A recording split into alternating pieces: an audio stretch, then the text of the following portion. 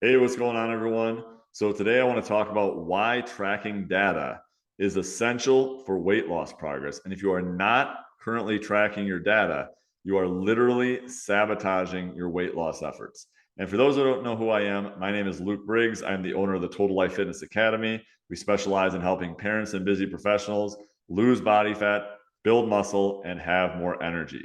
I've been a coach for over 10 years and have worked with nearly 3,000 clients.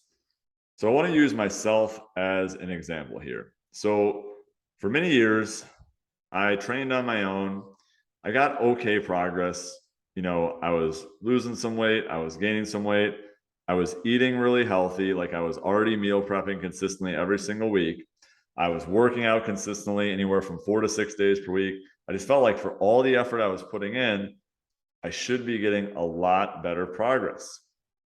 And I used to kind of like track my food sporadically.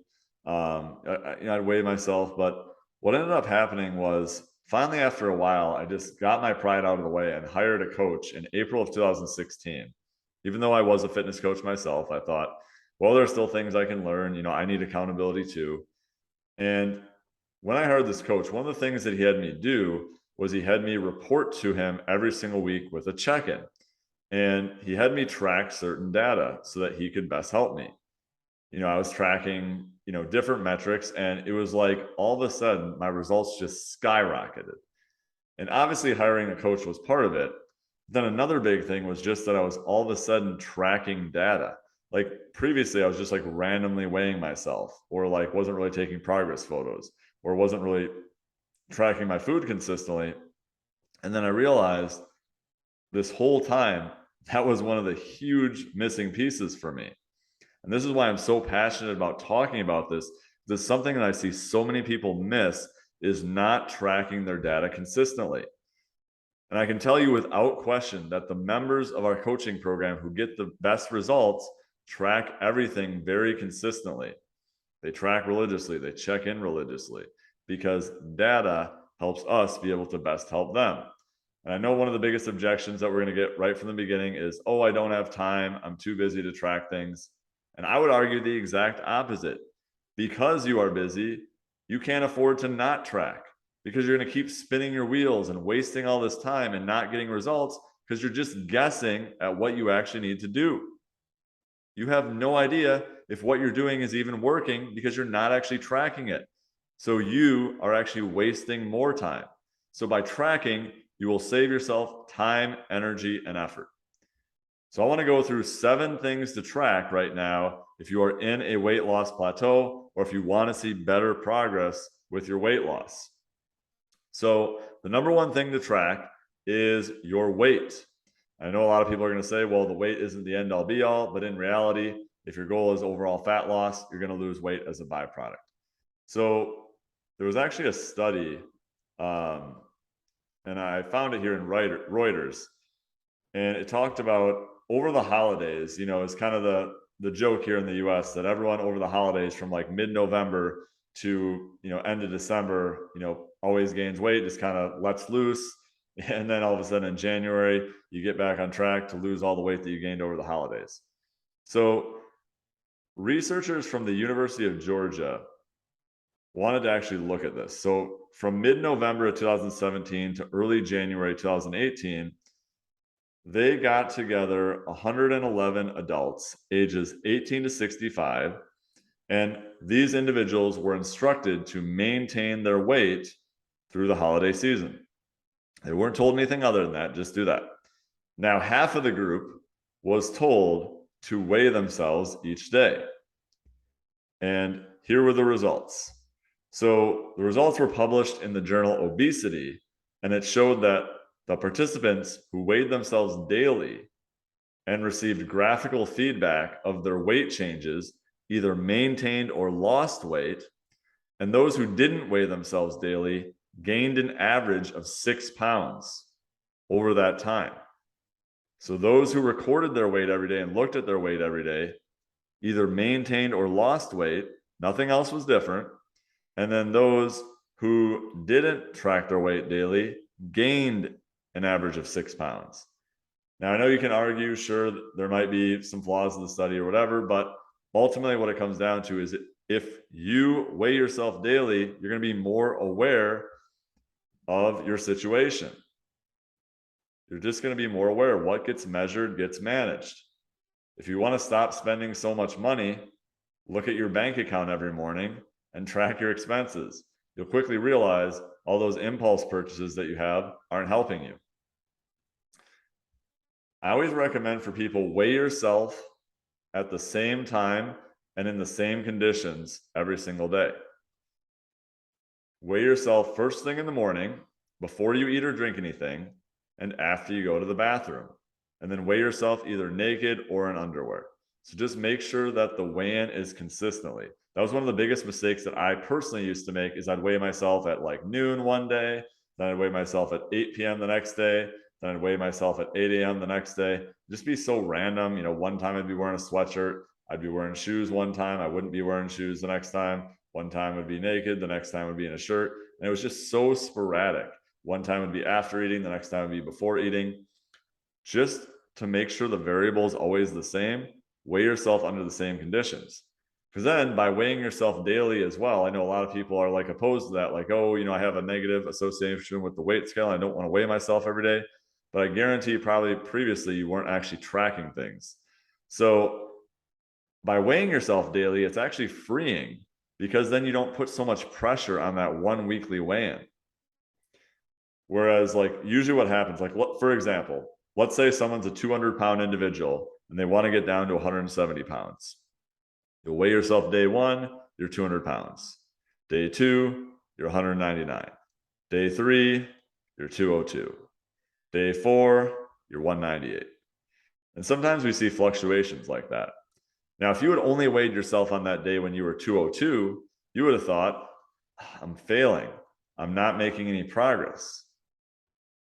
However, in reality, your progress was actually trending downwards, but because you only looked at that one date, it looked like you weren't making progress. There are so many reasons why your weight fluctuates on a day-to-day. If you're a female, it could be your time of the month. It could be you're backed up, quote unquote. You haven't gone to the bathroom yet. It could be you are retaining more water. You ate more sodium the day before. There are so many reasons why that could be the case. So that's why it's important to weigh yourself daily so you can take the average throughout the week. So number one, weigh yourself daily. In our program, the Total Life Fitness Academy, we always tell people to weigh in at least 3 days per week, because that way you can at least get 3 data points throughout the week. The number two thing to track is your food. And you can use like a food tracker like, MyFitnessPal or Lose It or something like that. But the reason why you want to track your food is because there are oftentimes things you are taking in throughout the day that you don't realize. I hear this all the time from people. They're just like, oh, I know I've been taking in about 2,000 calories a day, but I haven't been losing weight. But if you haven't actually been tracking it, are you really taking in 2,000 calories per day? Or are you just guessing? One of our members in this last year lost 46 pounds. And one of the biggest things that he attributed it to was he was eating healthy for breakfast, lunch, dinner. He was eating lean proteins, veggies, complex carbs, but he didn't realize like in between meals, he was grabbing a handful of this here. He was grabbing a handful of nuts, scoop of peanut butter, and those calories were adding up and he didn't even realize it. It's the same thing with like money. I hear people all the time who are like, yeah, we as a family spend about $4,000 a month. And then it's like, why do we never have any money at the end of the month? It's because you don't actually realize how much money you're spending, because this month you look and you spent $6,000. It's like, oh, but we had a vacation. That's not a normal month. And then the next month it's like, oh, you spent $6,100. Oh, but we had that car repair. Oh, but that's not a normal month. We don't normally have that car repair. Every single month you have something that you don't expect that comes up financially. So plan for it. It's the same thing with your nutrition. You always have things that aren't quote unquote normal. Like, oh, we went to the baseball game, or we went to the basketball game. Oh, but that's not an overate. Oh, but that's not a normal week. And then the next week we were on vacation. Oh, but that's not a normal week. And then we went to a party this weekend. Oh, but that's not a normal week. Well, in reality, it is a normal week, because you do something different pretty much every single week. So you need to actually track your food to bring awareness to what you're taking in. So just start tracking your food because you're probably eating more than you think you are. And then this leads right into number 3 with food tracking, which is use a food scale. Number 3, use a food scale. So I see this all the time where people will track like what it says on the package. For example, let's say they're doing peanut butter. They'll just like grab a spoonful of peanut butter and be like, yeah, so the package says 2 tablespoons of peanut butter is 180 calories. Oh, this looks like about 2 tablespoons, and then they just eat it. But it could be double because you weren't actually weighing it out. You need to actually weigh things out. If you're not weighing things out, you could be way off in your estimate. Also, weigh using a food scale in grams and ounces, not using measuring cups and tablespoons and teaspoons. Perfect example. A few years ago, I had been eating oats for quite a while, and I was always measuring out 1 cup of oats. And on the package, it said 1 cup of oats is 80 grams. So I actually went and measured it out using a food scale one day, and I realized that I had been measuring out this whole time 100 grams. I was eating 25% more calories than I thought I was eating because I was weighing with a measuring cup and not a food scale. So don't use tablespoons because a lot of times people just take a scoop of peanut butter and it'll be like a rounded scoop and it'll just be way overflowing and it won't even be accurate. Use a food scale. Food scales are accurate. So if you don't have one, pick one up. You can get one for like 15 bucks. I've had mine for like 9 years. They're great. So number 3 is use a food scale. Number 4, track your measurements. So I recommend tracking your waist measurement for men and then your waist and hips for women. Women tend to carry more body fat around your hips and around your thighs. So that's why we recommend for women those. And that's what we have our members of our program track. You can also track like shoulders and arms and thighs and calves and all those things. The only thing is if you always have to have someone else with you when you're taking measurements, it's a lot harder to do. So the barrier to entry is much lower when you can do it yourself. Waist and hips, you can pretty easily just look in the mirror and do it yourself. So your waist is always the narrowest part and your hips are always the widest part. So just track those every single week under the same conditions. First thing in the morning, before you eat or drink anything, and after you go to the bathroom, just look in the mirror, roll your shirt up, do your waist, then do your hips, and then record them. So do those every single week. You don't need to do them daily. I wouldn't do them monthly. I would do them more frequently than that, just so you can see the progress.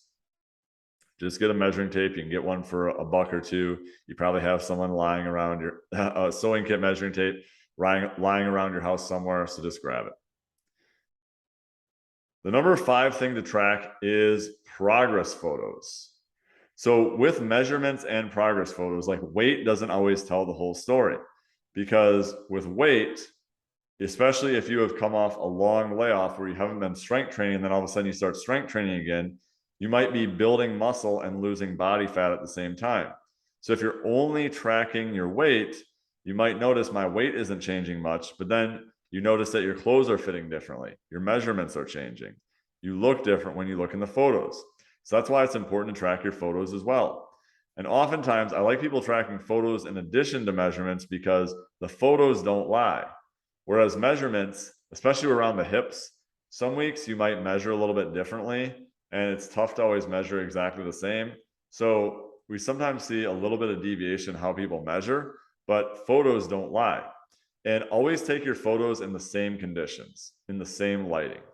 So I see people all the time who will like 1 week, they'll take a mirror selfie, and then the next week they'll have someone take it of them. And it looks completely different. Like you can't even compare the two. So make sure 1 week, you make sure however you take it the first time, that's how you take it every time. So if you're going to do a mirror selfie because you and your spouse get up at different times or you live alone, just make sure that you always take it the same way. So same lighting, make sure you're straight on, make sure you're not like angled. I see people all the time who are like taking them angled and you can't even really see anything.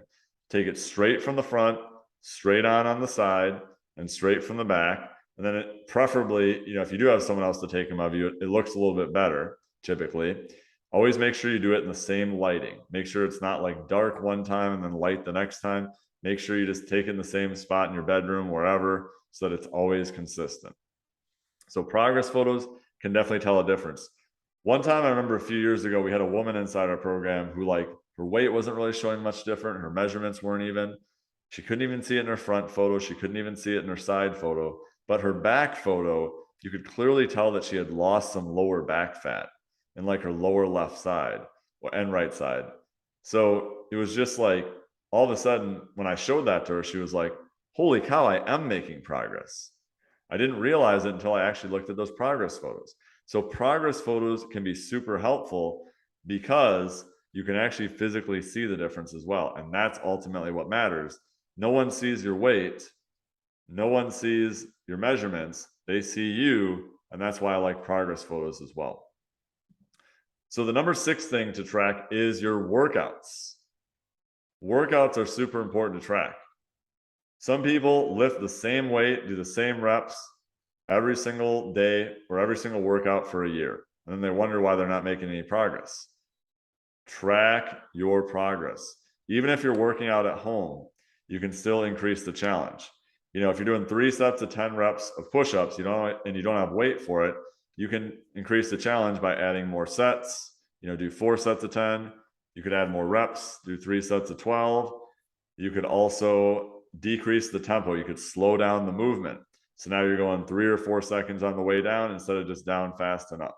And that increases your time under tension. And obviously, if you're lifting in a gym, you have the full weight set. You can increase the weight, you can decrease the tempo. Same thing, increase sets, increase reps.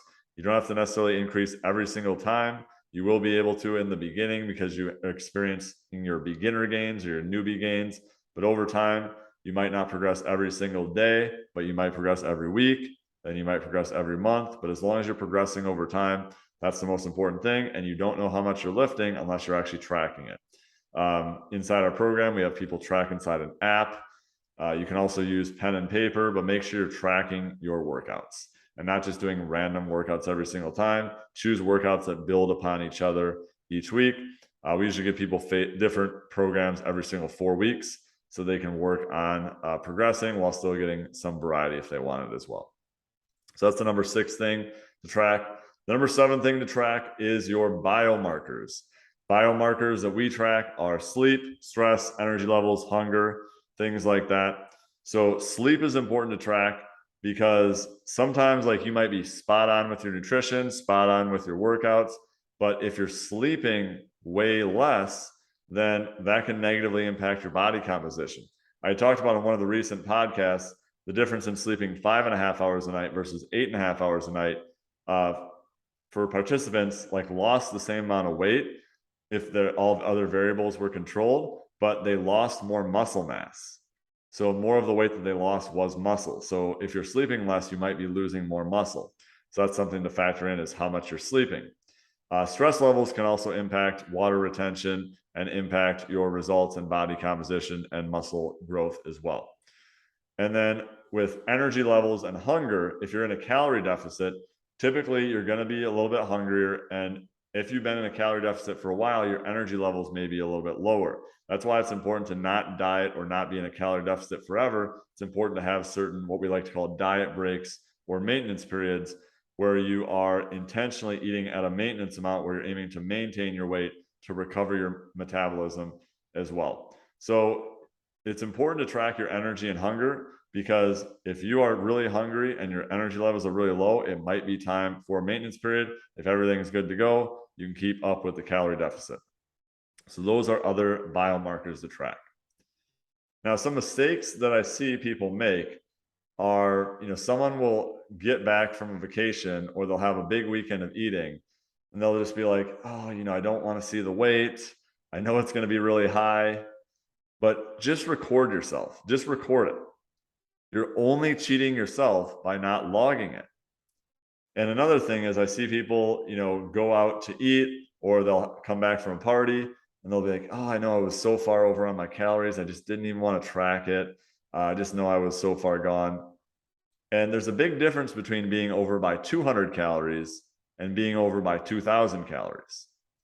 I always like to use the casino example. So if you go to a casino and you lose $200, you don't say, screw it, I'm already down $200 today. I might as well just lose another $1,800. It's still $1,800. Losing $200 versus $2,000 is a major thing. People can understand that. But with nutrition, it's the same thing. 1,800 calories is literally a half pound of fat. So you tracking your food could be the difference between you gaining nothing or gaining very minimal and then gaining an extra half pound of fat. So just track your food, just estimate. Again, you are only cheating yourself by not tracking. It doesn't have to be perfect, just track it. And why it's important? If you don't track, you can't actually diagnose what to do. So I see people all the time who will do ketogenic diets or intermittent fasting and lose a bunch of weight right away. And then they'll eventually get stalled out and they won't know what to do. And then they'll just try to eat healthier, eat cleaner, quote unquote, and it won't work. And then they'll just say, screw it, and then go back to their normal ways and say, dieting is impossible, I can't do this. But in reality, if they had just known how many calories they were taking in, or had had tracked their weight or measurements consistently, they could have easily diagnosed what changes or what adjustments to make. So use data, not drama. And I promise you, if you start tracking these things consistently, your weight, your food, use a food scale, your measurements, your progress photos, your workouts, your biomarkers. If you start tracking these things consistently, your results are going to improve as a byproduct.